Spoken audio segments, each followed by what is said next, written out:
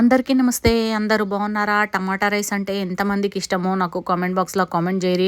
First అయితే ఈ వీడియోకి ఒక లైక్ కొట్టురబ్బా, మీ లైక్ చాలా ఇంపార్టెంట్ నాకు.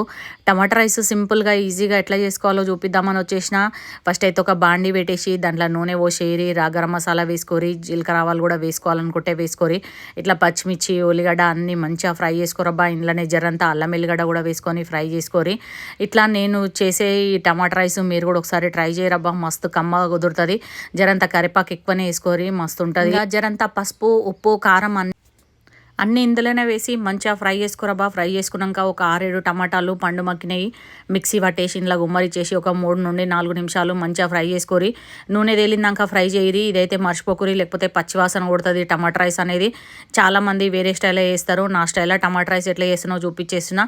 ఇక్కడ అన్నం వేసి కలిపేసుకోరబ్బా. టీ స్పూన్ ధనియాల పొడి, 2 చిటికెళ్ళంతా గరం మసాలా పౌడర్ కూడా వేసి కలిపేసుకొని, కొత్తిమీర వేసేసుకొని ఒక 5 నిమిషాలు ఇట్లా టాస్ చేసుకొని దింపేసుకునుడే.